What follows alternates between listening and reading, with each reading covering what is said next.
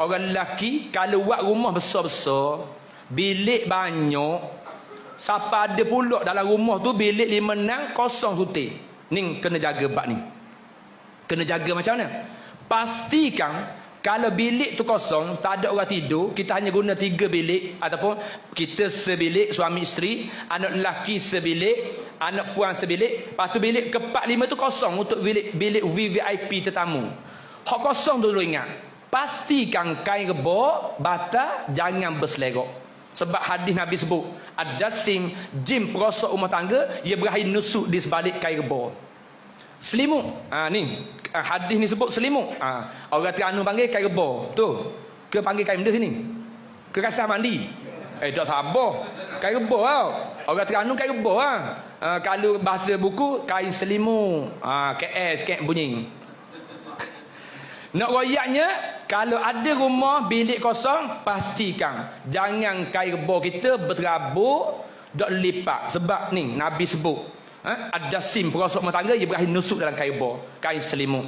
Dan bata-bata kita susum molek. Sebab itulah cuba kita fikir, orang tua dulu dia nak tidur dia kebah, betul tak? Orang tua dulu ni dia ngaji bab ni. Orang tua dulu dia masuk bilik tidur, dia nak tidur dia kebah dulu. Dia ambil kain rebah, kebang. Dia repak bata. Lepas tu dia start pada atas, zrung. Dia buat lalu dengan kain rebah tu. Dia buat lalu 2, 3, 4 kali. Sebenarnya ni Nabi sebut hadis ni, kita je dak amal. Betul tak?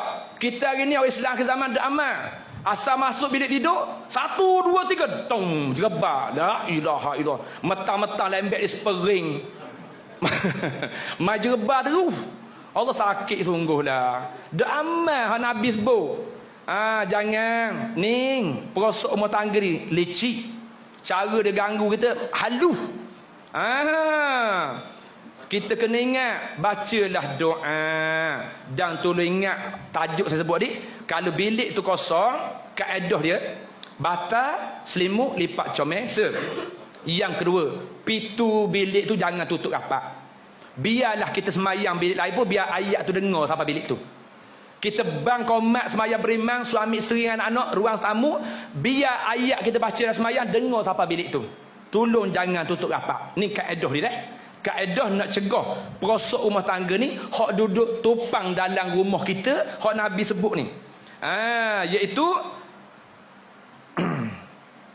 wasinfun hayyatin wasinfun yahullu nawayaz'anun. Satu golongan yang berpindah daripada satu tempat ke satu tempat, daripada satu rumah ke satu rumah, daripada bilik ke bilik ni.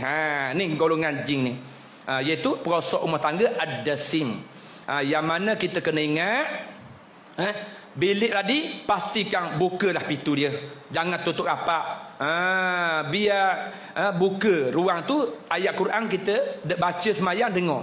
Dan sebaik-baiknya, ni hak ulama sebut. Ulama sebut sebaik-baiknya kalau boleh bilik tu semayanglah juga situ. Pakat-pakat baca Quran dalam bilik tu semayang juga. Jangan kita semayang setepak.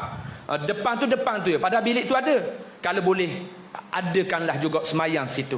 Ini kaedah ulama ajar Jangan lok kosong situ siapa naik debu, siapa naik kulat.